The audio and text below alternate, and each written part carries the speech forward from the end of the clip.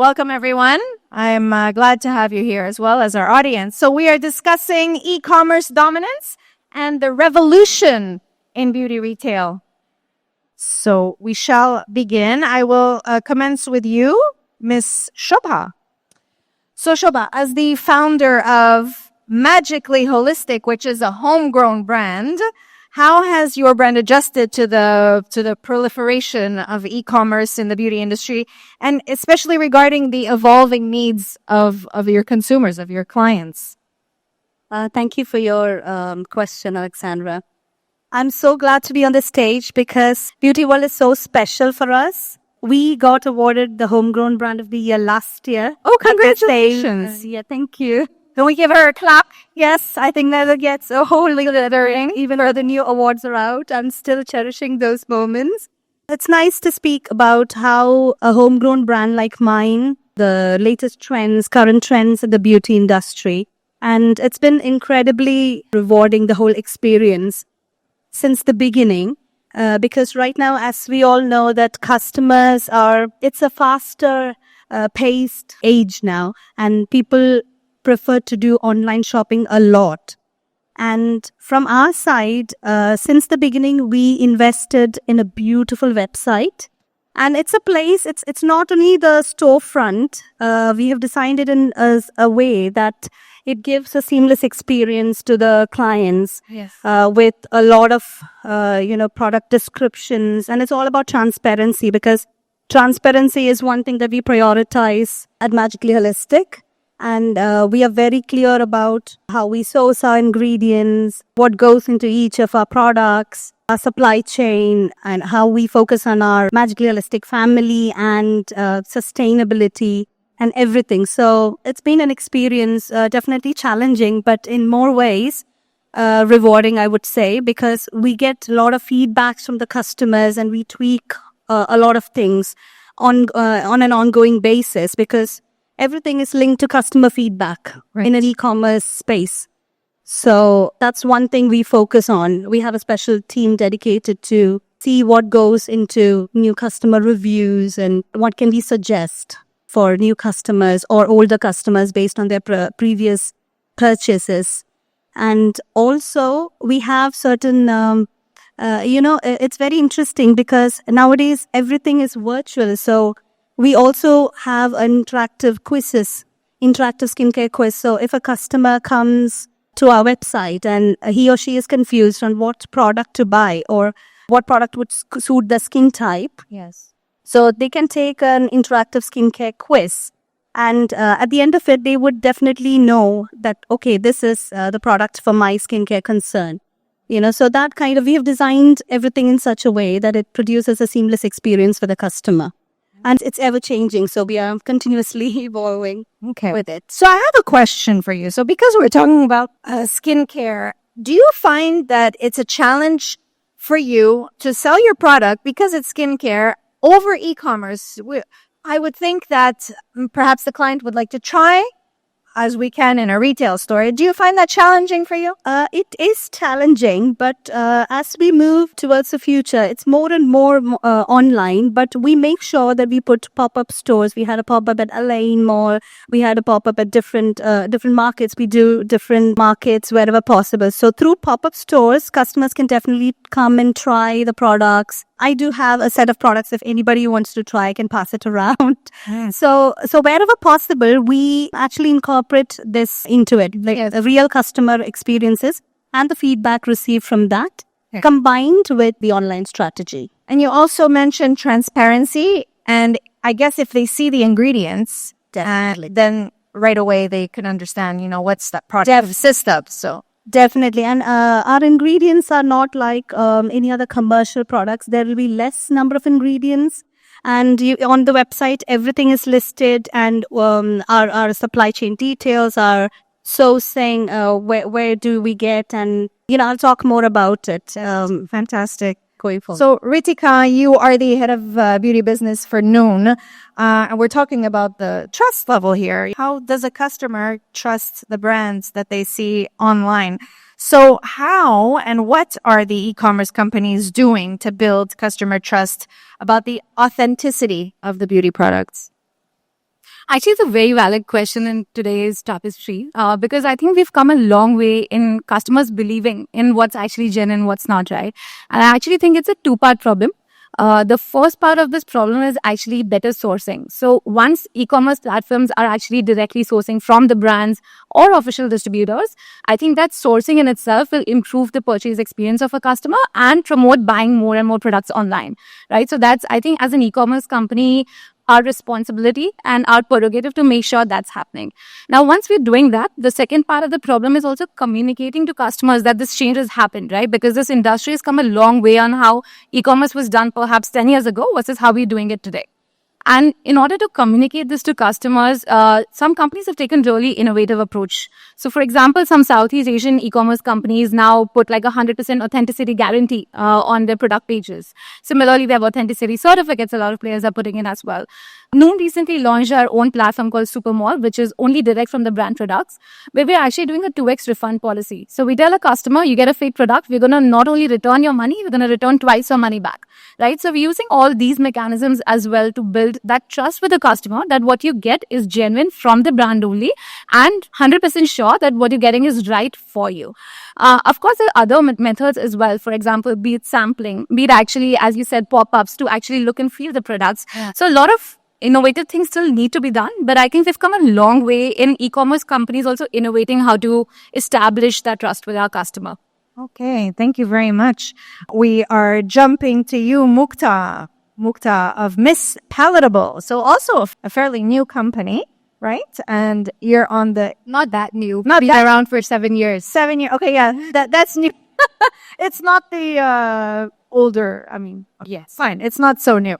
How has social media influenced the growth of e-commerce, in your opinion? And maybe give us a little bit of information about Miss Palettable. What is Miss Palettable? Miss Palettable is a conscious beauty platform. Okay. And we are actually a hybrid marketplace. And the reason why I say we're hybrid is because we have two models running within our business. So we import directly ourselves. We are exclusive brand owners too. And at the same time, we also work with a lot of homegrown brands and we allow them to list on our platform as well. So the thing with Miss Palettable is, and what makes us very unique, is that we are very, very focused on clean beauty. Okay. And we only work with brands directly.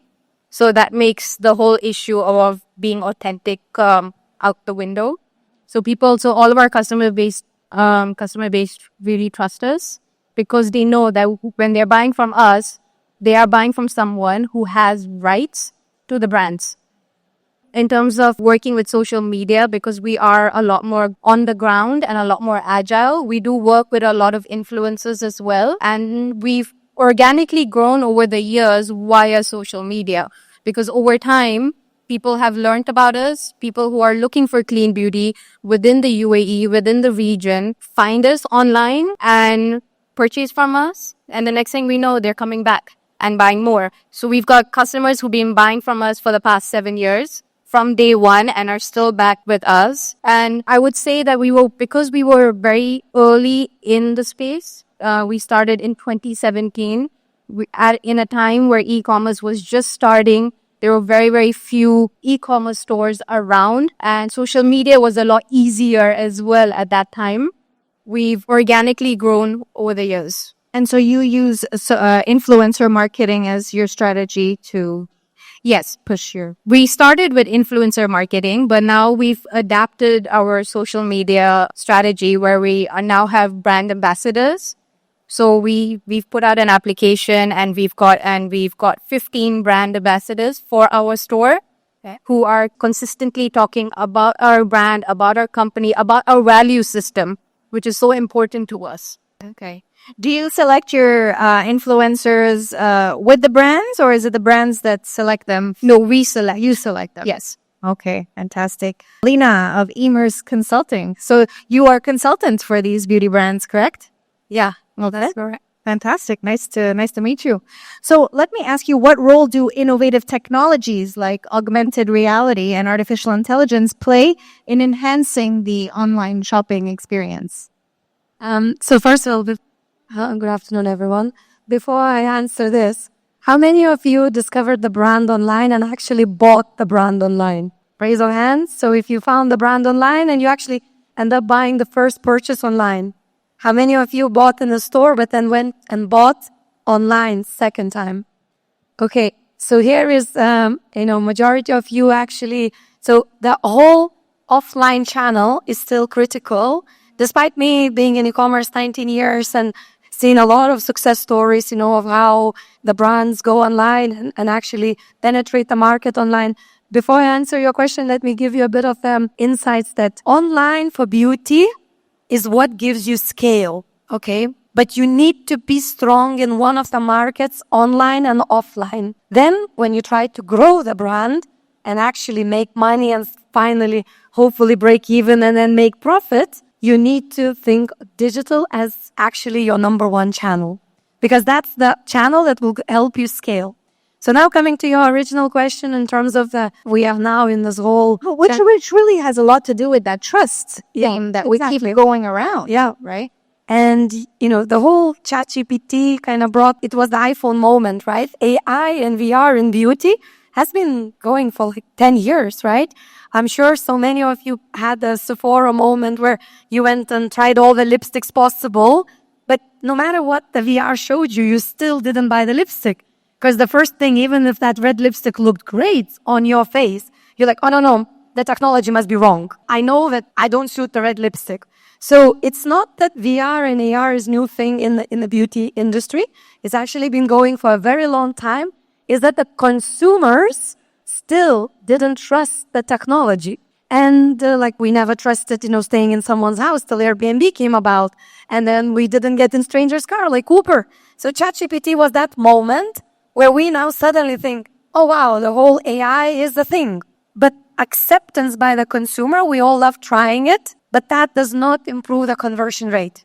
No matter what anyone tells you in any reports. What about the newer generation? Are they more open? The Gen Zs, the Alphas? No, it's still a gimmick. Okay. It's still a gimmick. Now, why do you need to do this gimmick? It's because it's the gimmick that is gonna make you unique in a very crowded environment. Now, every single beauty brand is on TikTok. Every single beauty brand has AR, VR, and all on in between. So if you don't have these gimmicks, you are pretty much dead, before you even started. So the industry, beauty, I work with everything from grocery to fast fashion to luxury. Beauty is the only field where AR, VR, and the whole AI is really leading the game. And it's leading not because it's generating you as a brand owner any sales, but it's making you unique. It's giving you that attention that you deserve. So if you are a brand owner in this room, and some of the ladies here are brand owners, 100% follow e.l.f. Beauty in the US because they are currently leading the game on a Gen Z's sort of AR and VR acceptance because they are using those gimmicky files, not gimmicky moments, not to make more money through e-commerce, but they're getting your attention through those ads, through those ability to infiltrate it. So that's one. Second thing, in terms of what brands are, if you have a store or if you are in Sephora's or on any other, even on an Namshi web trading, what you need to work with the marketplaces with is that together you need to define the moments. So in store, put some gimmicks, so they come and they check the app, they use it, this whole VR moment. Why? Because this is the moment you will capture their data.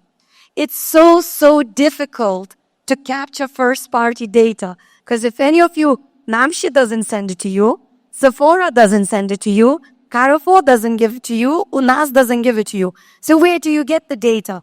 You have to buy it. That's option one. And believe me, for those of you that bought, the pricing, it's not cheap. But if you can't necessarily afford it to buy it, and even if you want to buy it, you can't afford Sephora, Unas, Namshi, and so on and so forth purchases.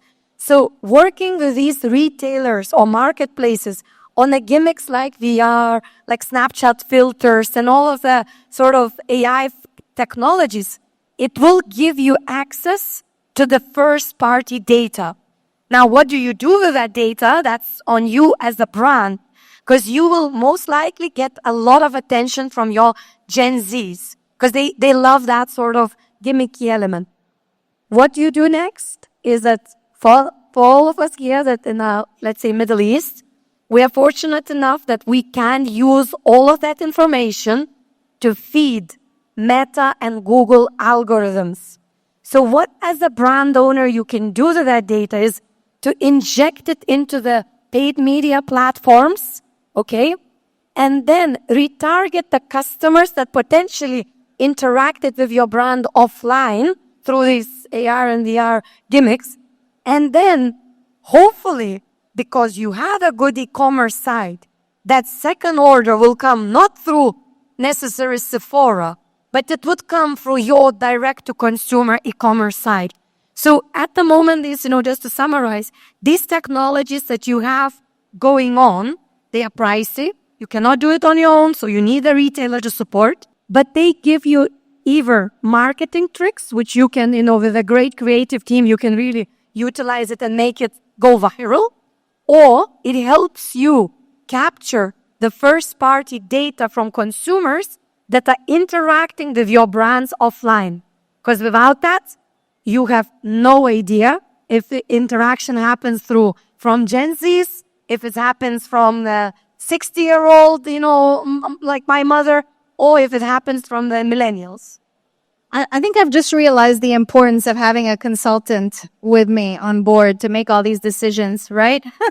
Clearly, a lot of valuable information you've just given us. How many people actually do use data, though?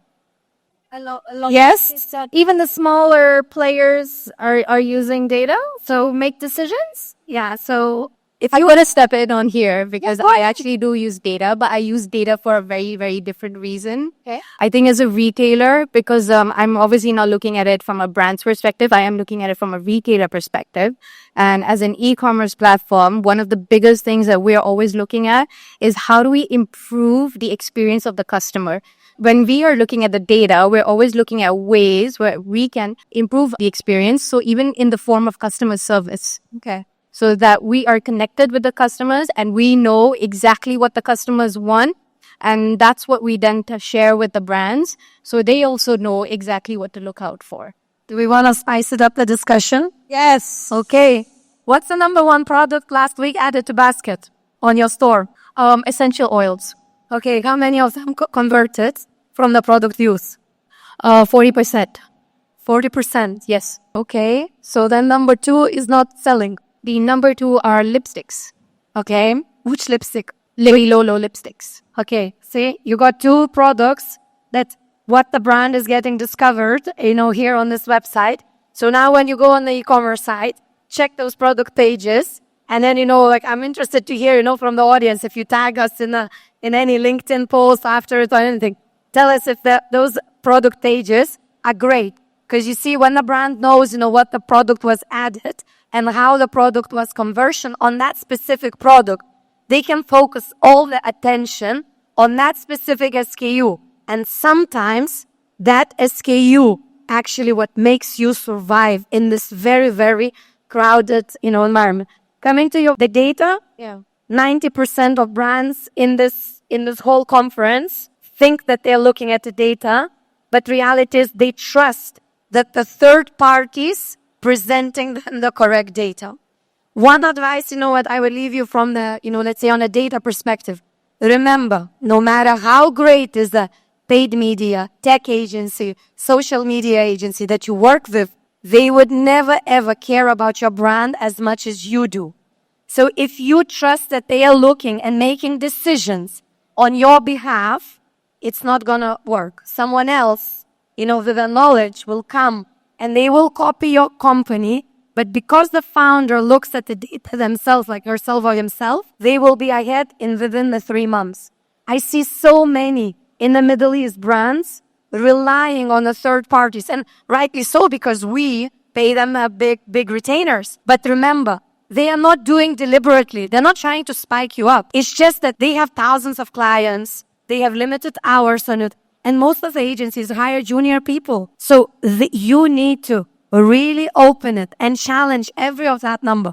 That's the only way to survive in e-commerce, as a, let's say without company like L'Oreal behind your back, right? Right. Thank you very much for that. Very, very good, Lina. So how would you personalize, Shobha, the shopping experience, seeing that you're operating in such a diverse market to suit the different needs? Yeah, it is. It can be sometimes very challenging because UAE is a very diversified market, as you said. But we have marketing campaigns created with this in mind at different points in time. Like, for example, during Ramadan, we create some campaigns specifically focusing on, how you can nourish your body, how you can focus on hydration. Whereas for some other festival times, you'll be focusing on how to get your skin perfect for this. A cultural, Yes, exactly. And we have a lot of, we work with different influencers in the local market. And, it actually spreads the message on what we stand for and what our values are. And that actually helps us bridge that gap between the customers and us. And also about personalization, because you asked, as I mentioned earlier, we have some things on our website like virtual assessments, skincare assessments. Then we offer free 15-minute consultation with myself. So if somebody they have a concern and they would like to get in touch with me, they can actually send a message on the website itself. And they'll be allotted 15 minutes free of cost for a complete skincare analysis. That's very handy, actually. I really do appreciate those WhatsApp chat pop-ups sometimes that appear when you're online doing a purchase. If you have a question, if you have any inquiries, that makes... Because it can be very confusing sometimes because you have maybe the same product will work for two different things and maybe your skin can be different and some people have allergies. Myself, the brand, I would like to say a little bit about the brand story, why I started this brand, because I was suffering from a lot of allergies from mainstream products. So for a long time, this had been going on until I started looking at the ingredients, So then I went on to study the natural skincare formulation. So it can be very confusing, but these are the things that we focus on.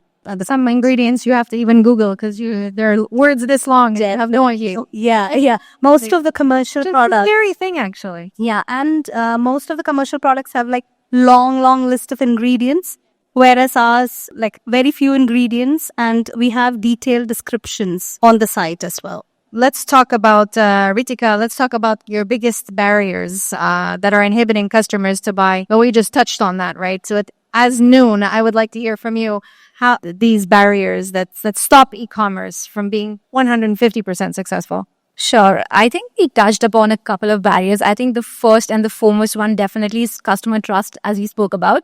Customers might see a lot of products at Noon, but do you trust that it's sourced from the brand? And once you're able to build that trust, of course, the story changes. So that's, of course, the first barrier that's affecting most e-commerce platforms to sell high-touch products.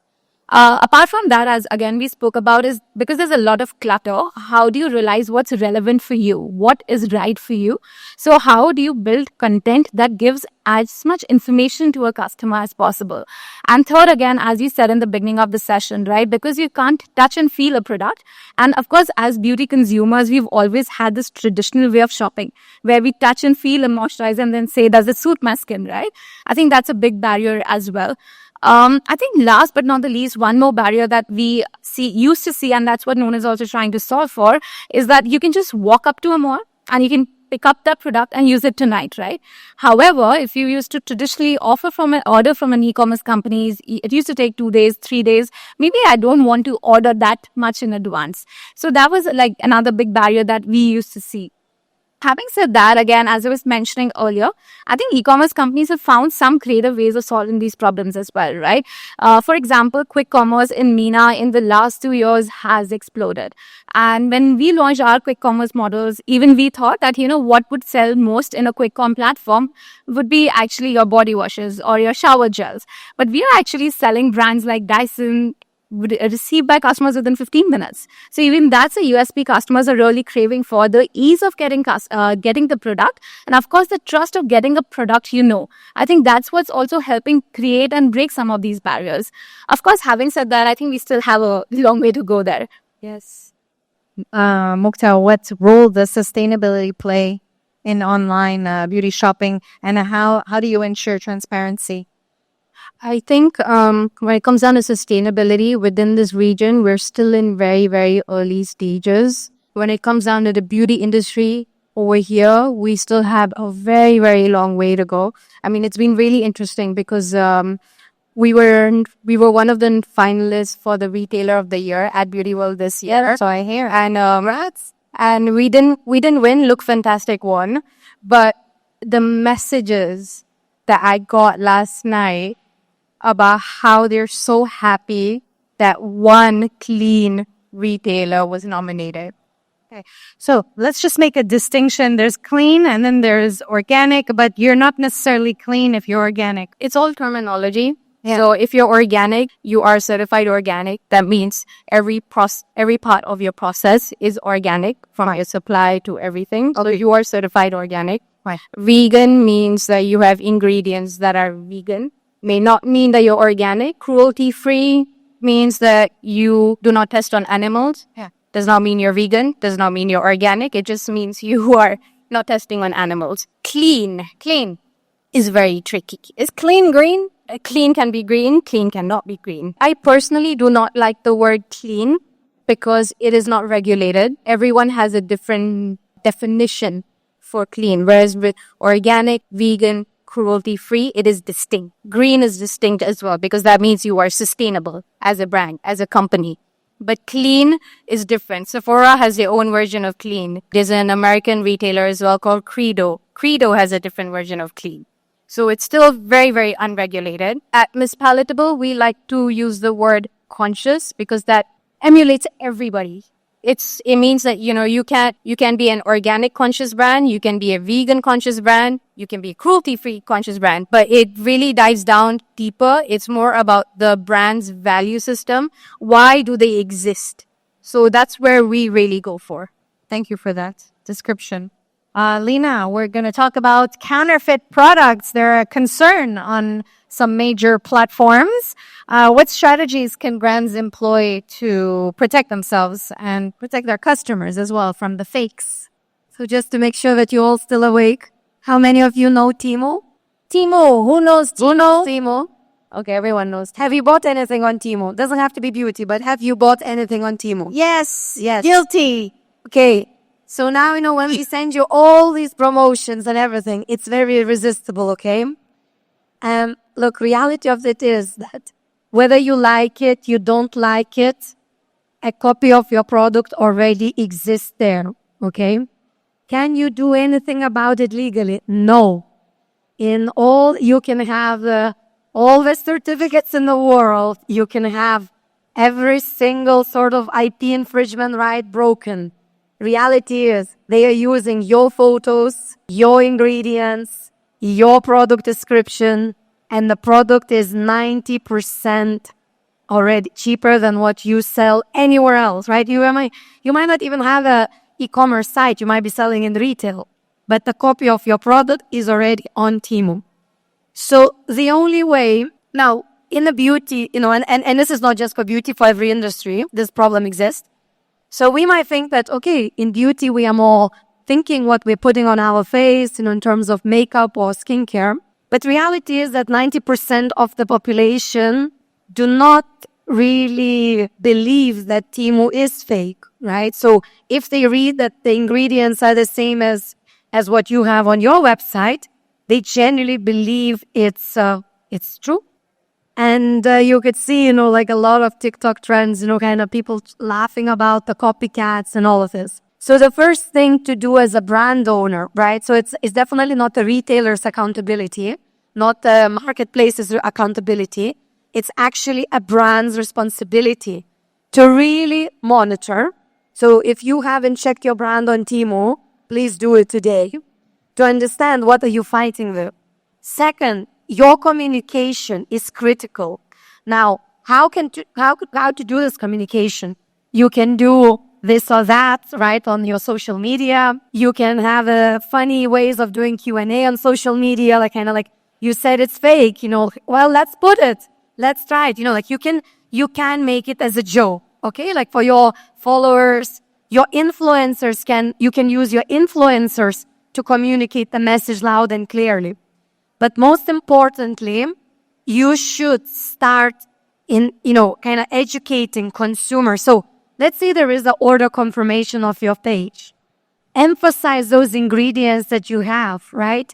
In that order confirmation as a paragraph. Whether they read it or not, that's a separate topic. But add that data to the order confirmation. Secondly, when there is, so at the moment, e-commerce brands are like, let's be honest, we care about the second, third, and fourth order. But maybe we should get in touch before we push the second, third, and fifth order. We should get in touch with the customer and actually understand if they like the product, if the product suited their skin. Because the only reason they go for the counterfeit is either they're not aware it's a counterfeit, right?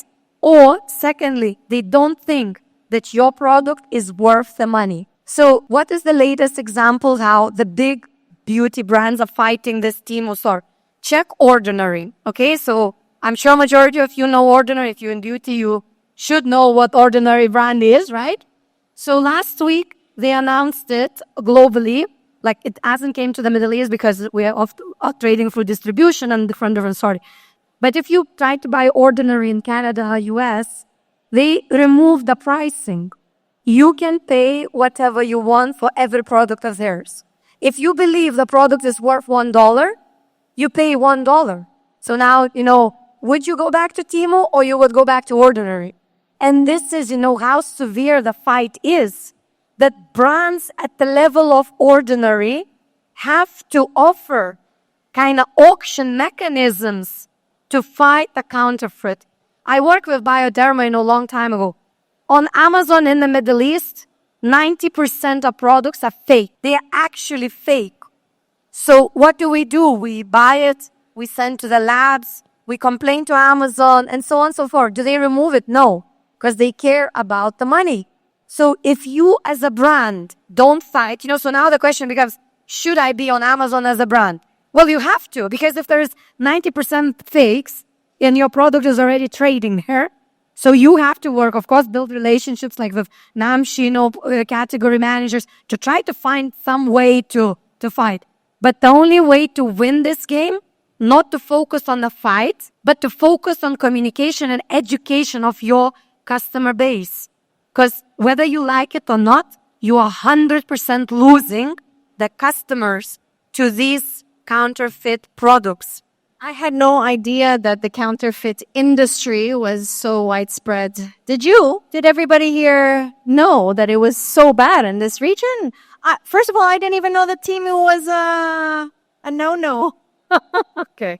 Even for clothing, it's all counterfeit. It's all counterfeit. So, you take Canva Group, like Johnson & Johnson. Yeah, but someone who really wants to buy a clean product, okay, from this lady right here, are they actually going to go on Temu even?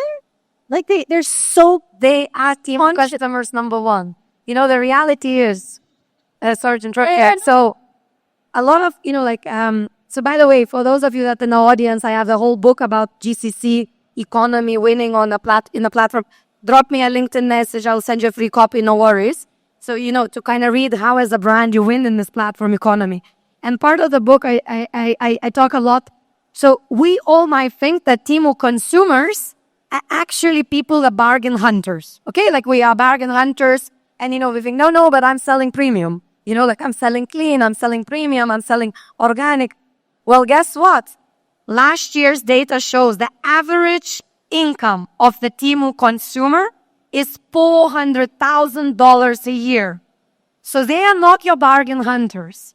They are actually customers like yourselves sitting in the room. And it's because every third order into Saudi cross-border is from Temu. Every second cross-border order into Germany is from Temu. If the government is not regulating yet, and they're using EDU, they're using all the under $1,000 rules. In the Middle East, we don't even have a regulation on cross-border, full stop. So if you as a brand wait for the regulation to come in, you will be dead. You will go bankrupt. So you need to go all in on all the channels, organic social media, email marketing, your website, acknowledging and actually coming up, front say, these guys are using my photos. you have to educate your customers because no one else is doing it. But it is big problem. And we didn't have these counterfeit problems 20, 30 years ago, I don't believe. It's growing as we move on. All right. Mukta, speaking of consumer behaviors, shift most dramatically in the beauty industry as e-commerce continues to evolve. And how should brands adapt to these new patterns, these new consumer behaviors? We're definitely seeing a shift. We have seen ourselves grow tremendously in the e-commerce space. I would say the biggest thing that's happened is COVID. Since COVID, I feel, especially within this region, the e-commerce space has blown up. Absolutely. And people like us, marketplaces like us, have a lot more growth coming our way because of these issues. Yeah. So someone like us, for example, you've got Timo, people are worried about counterfeit products, Amazon counterfeit products.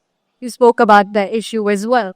We don't have that challenge because every single product that we have is authenticated and we buy directly from brands, and all of our customers know that, and we put that out there all the time.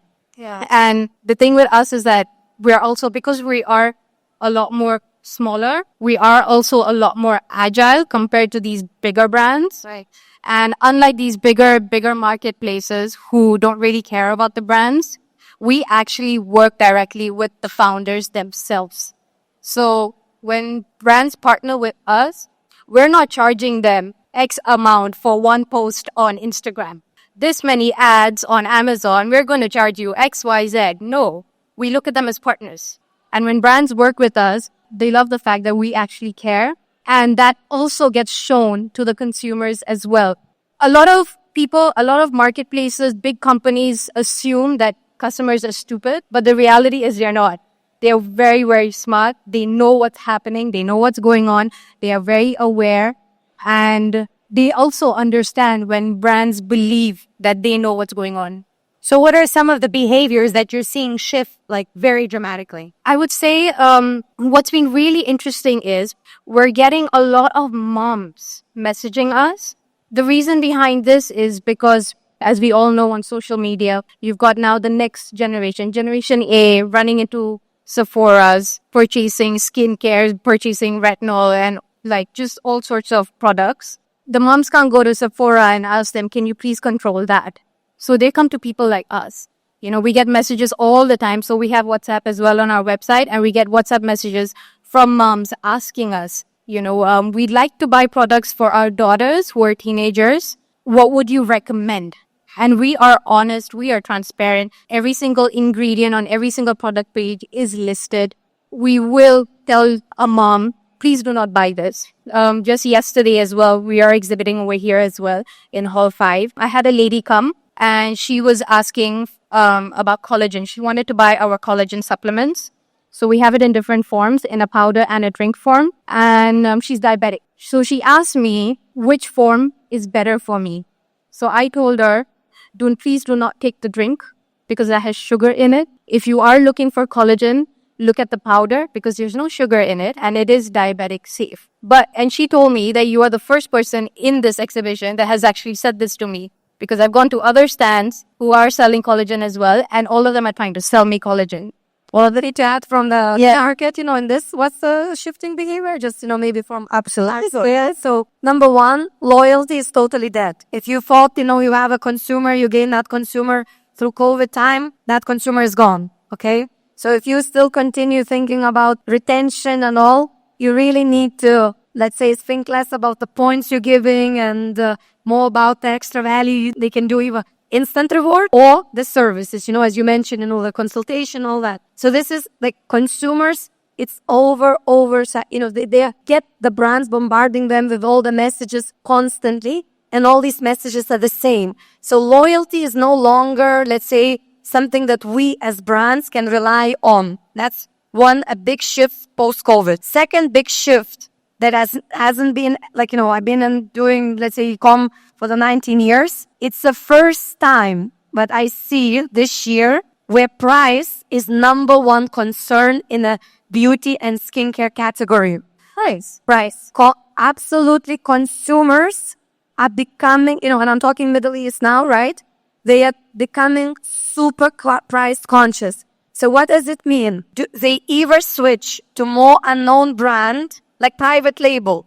If the brand has the sort of same ingredients, but a private label, they are willing to switch or at least to try, okay? Second thing is, when it comes to price assumption, they now debate, do I need a toner, this cream, and all this hair product, and this, like the 3 products in the range.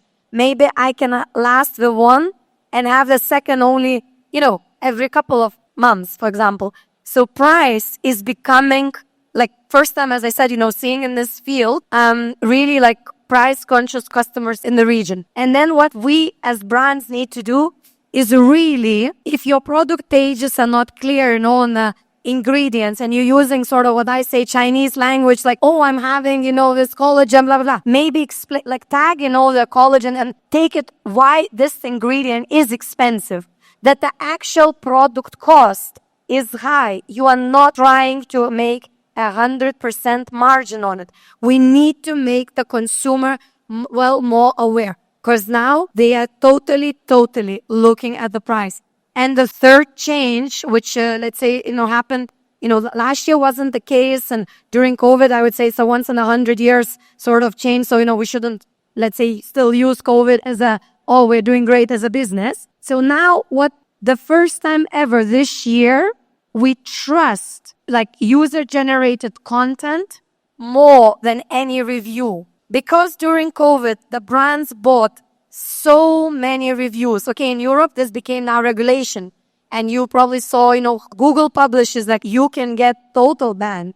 But in here, it's still not regulated. So what does that mean? Brands bought so many fake reviews that consumer lost the trust in the overall, what used to be the number one thing for the beauty brand. So now, as consumers, we're just like, oh, it's fake. So what does that mean? User-generated content. I am not talking influencers that are doing one brand today, tomorrow, next brand, later.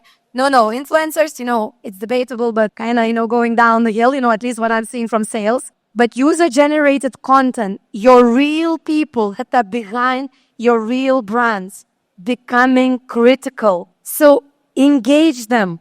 Let them speak. And even if they say something bad about it, like, oh, I have some skin condition and this product didn't fit, it still helps the other customer to build the trust with your brand. Absolutely. User content. For me, as a 50-year-old, I can either go with what my daughter says to me because she's following some influencer that's just getting paid to push, this product at Sephora called Drunk Elephant. Or I can go with another 50-year-old mom that's buying your product, that's buying your clean cream, and there's something more authentic and trustworthy for me. And so these are the trends that are now happening. Yeah. And the price, the user-generated content, and no loyalty. So you need to really think this way. This is definitely consumers what they're pushing at when you work with brands at scale. Yes. Okay. Yeah, I just wanted to add one more thing. This is why this community building is also very important around brands. Yeah. So that they get, the customers give proper feedback and the brand takes it all in, then make necessary adjustments when required. And that's the way going forward. So definitely that's, and I agree, with some of the things that you mentioned about the price consciousness, and people are getting more and more conscious. Yeah. But at the same time, as she mentioned, we need to put forward the fact that why is this product like costing you that much? It's not about the brand's margin. It's all about the ingredients, what goes into it. For example, we have there are hundreds of vitamin C products in the market, but why is our antioxidant serum better than that? It's got Beautyworld, it's got maracuja, it's got, and that's what I want to hear now. That's what I want to hear. Exactly, right? Yeah. The next generations are the Zs and the Alphas. This is it. We're millennials. We're going to eventually move out of the purchasing power, right? So where are we really headed with this authentic need to know what's really in what we're putting on our face, right? Go ahead. 100% agree. We are also seeing a big shift in the average age of a customer who is shopping products online from us like 2 years ago versus right now. And I think only the next 5 years we'll see a bigger transition happening. And with that, the channels you use to get this awareness also changing. And I 100% agree with her point. Like when COVID hit 2019, 2020, everyone was just about influencers, what they're saying. Hey, this is what I want for me. But influencer effectiveness in the last 3 years has actually died down a lot. And what we're seeing are micro influencers, communities, which are actually talking about products that are relevant to them. And with that, also you see that personalization factor kick in, right? Because what is good for my skin might not be good for your skin or might not be good for your skin. So the more personalized your content is, the more personalized your platform is, that also develops that trust and authenticity as well, because the customer sees, hey, you're not just pushing a product to me, you're pushing a product that's right for me. So that transition also happens when that personal touch in the communication, in the experience also comes through. So we're also definitely seeing that shift, and 100% agree, as Gen Z and Gen Alpha start shopping more and more online, we have to be all on our toes. We have to really understand what level of information are they looking for, what are the right channels to hit them. And I still think that's a ever evolving state. We haven't found an answer yet. Right. And find that middle ground, right? Yes, and a lot of what we also find is, being a bit more open about conversations that are happening out. For example, things like inclusivity, etc. So these conversations are also very important, and these are conversations that these Gen Zs and Gen As are having on social media, whether it's on Instagram or on TikTok. And they're looking for brands who are also connecting to these values as well. For us, we find that talking about the brand stories on our platforms, even within our community. So even though we are e-commerce, we do a lot of offline community events as well, where we do tie in with the community within Dubai. And that's how we reach out to a lot more of our customers. We do not do a lot of digital marketing on Facebook and Instagram, actually. We find it is too cluttered. And we find, in fact, that we get a lot more value out of doing offline events and pop-ups with the community. And it's from there where we start really understanding what customers want. And using that information is how we're able to help and actually get more sales. Yes. And I think where you and Shobha have, the upper hand here is that you have a niche market, right? You have a certain group, a certain clientele that wants something very specific, and you're very agile. You can reach them. You can, address their needs. But do you think, with all the truths that you mentioned, right, with everything that you said, no brand loyalty, I somewhat agree with you there, right? But do you think that as regulations will eventually become tighter, because this region is, putting a lot of emphasis on sustainability and so on, do you think that eventually we're going to have no choice but to go with clean, sustainable products, regulated, highly regulated? In 2030, it's doomed model, okay? And that's the reality. Because consumer is not willing to pay premium. I don't think consumers have to pay premium for clean, because a lot of our brands are actually very affordable. And I do not think it is a doomed philosophy. I will take this as an example. We once used to use keyboard phones, and then Apple came out with an iPhone, and I remember people were not excited about a phone that did not have a keyboard.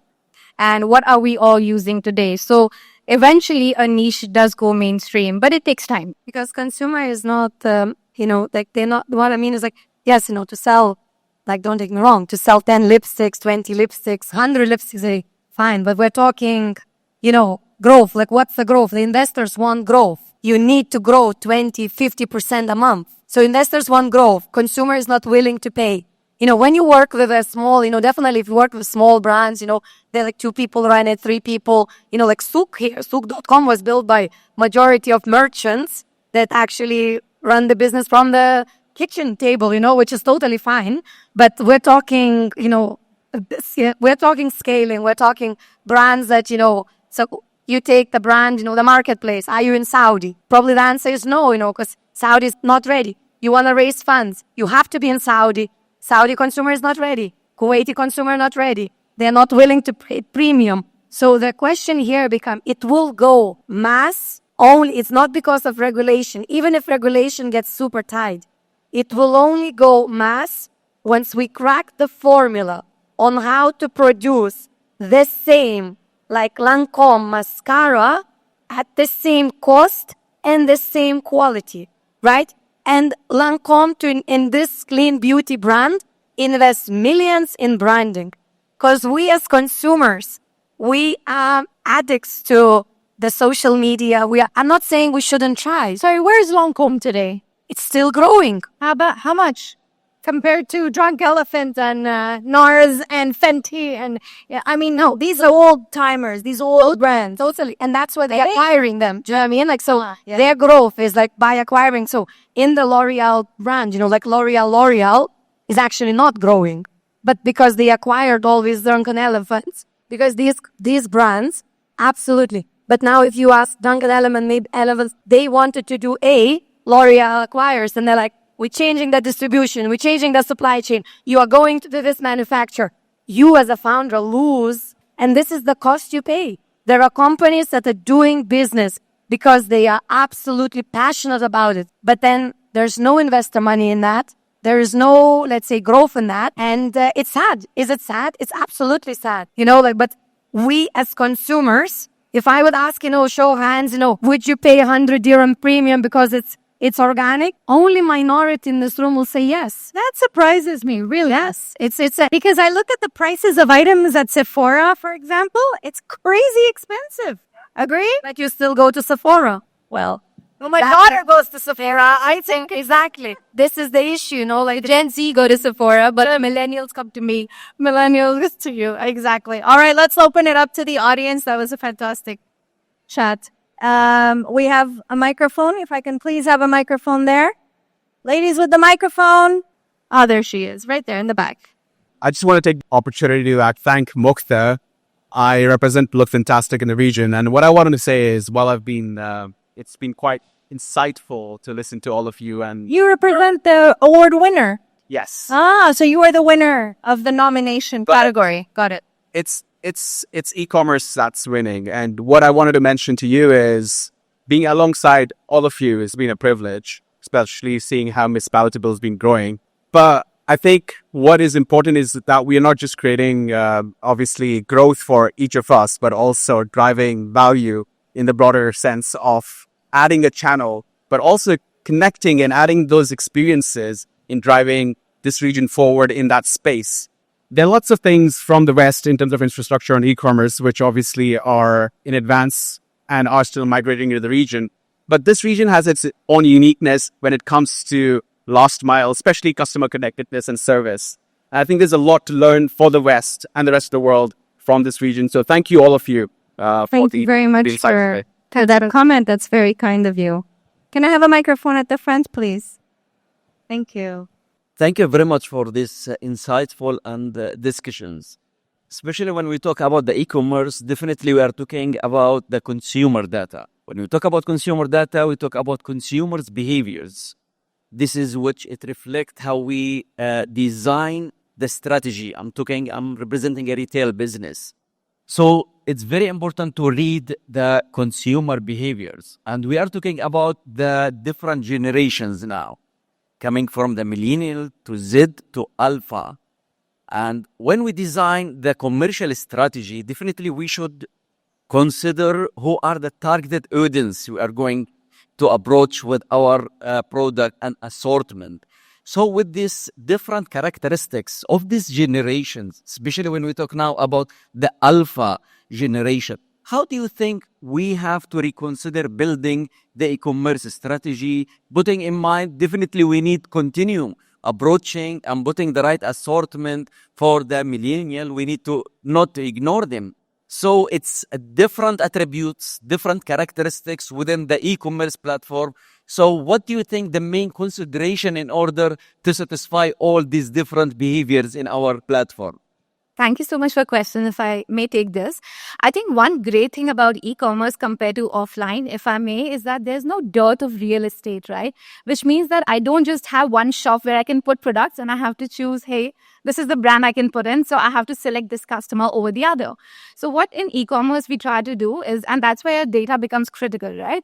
We try to understand what are all the different needs. And because we don't have dearth of real estate, we try to address all customer needs. Now, one thing you definitely need to and should be doing is you shouldn't be showing a Gen Z customer what's actually relevant for a millennial, because you're just wasting their time and probably lost their attention span really quickly, right? But if we do the right level of personalization, if we use our customer data well, you can actually address all the different customer needs. So I think that's where we all need to get at. And that's one thing we also really try to do, is that we use our search data, right? And I think that's one of the most critical, insightful things that an e-commerce platform has today, to understand what are the different needs that my customer is looking for. And based on those patterns, get the right assortment, get it at the right pricing, and then show it to the right customer. So your funnel is complete right from sourcing till shopping as well. So that's how we approach it at Noon. Please, if anyone would like to add. Like me to just make it concrete. So number one, you need to understand the brands that are going to drive you free traffic, okay? There are brands that will make you 1% margin, but they will drive the traffic into your store. This brand might sell 100 dirhams. Because you have minimum order value, they will add a second brand. So there are brands that are driving you the awareness of whatever retailer name you have, okay? These brands, you never say no, even if it is a margin that is like literally 1%, okay? This is number one. Number two is that acquisition is very expensive. At the moment in the Middle East, the average acquisition cost is $45, okay? So if you're looking at the $45 and you already know that your e-com store is a one-time purchase in a year, right? So depends when, so how often do you know, if you sell shampoo, you can spend $45 because they will use one more than bottle of shampoo. If you sell supplements, you need to make sure that you're getting some money back from it, right? So what you're driving, if you're going to pay $45 on the acquisition, make sure the products you're positioning on the ads are actually the products that at least going to break even for you if it's one time purchase, right? If it's shampoo, you are more than, and if you trust the product that you sell, they will end up coming for second, third. So then you say, okay, in 2 times, maybe I'll break even. So these are like, first is brands that are going to win you the free traffic, even if you're making zero money. Second, brands that are going to reduce your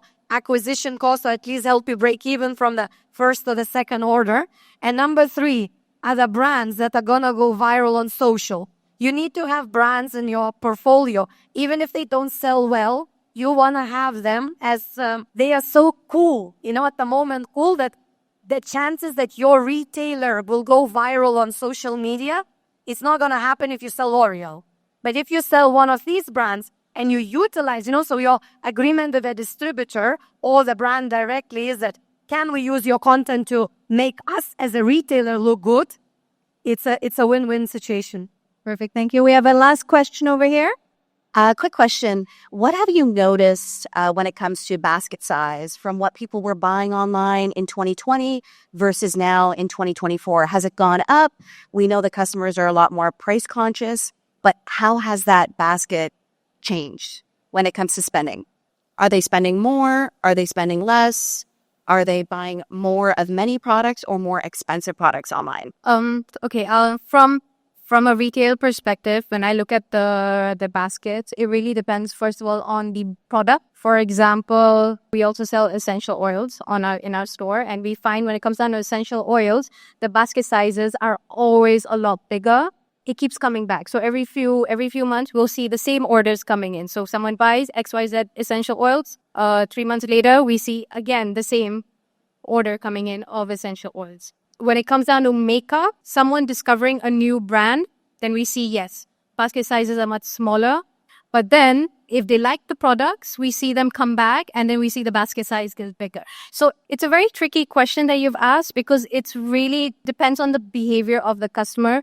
Where exactly are they in terms of their journey with the retailer? If they're new to the platform, then basket sizes tend to be a lot smaller. But we have seen when they return, basket sizes do get bigger. And there's a level of discovery as well that comes into play with us. I'll go back to the Gen Z. A lot of the customer behavior that we see with Gen Z and Gen Alpha is when it's a lot to do with branding. There is a reason why Drunk Elephant, Bubble are trending with these brands because they love the idea of color pop. So if you're a brand and you're looking to attract Gen Zs, Gen As, you have to really think about your branding as well. You can't be targeting a millennial, a Gen X, and a Gen Z. Very, very different behaviors when it comes down to that. As a retailer, if I'm looking at attracting all of them, I will specifically look for brands that I think will cater to a Gen Z or a Gen A community and use marketing in a different form in terms of like even the way we speak in our captions, for example, would be very different. Perhaps we would use more of our content on TikTok to focus more on Gen Zs, Gen As. We might use Instagram to speak to the moms regarding Gen Zs, Gen A. So there's a lot of strategy that you can play as a retailer when you're looking at targeting the different generations. Thank you very much, ladies and gentlemen. This brings us to the end of our e-commerce panel. That was fantastic, ladies. Thank you so much for being with us. Yes, let's take a picture.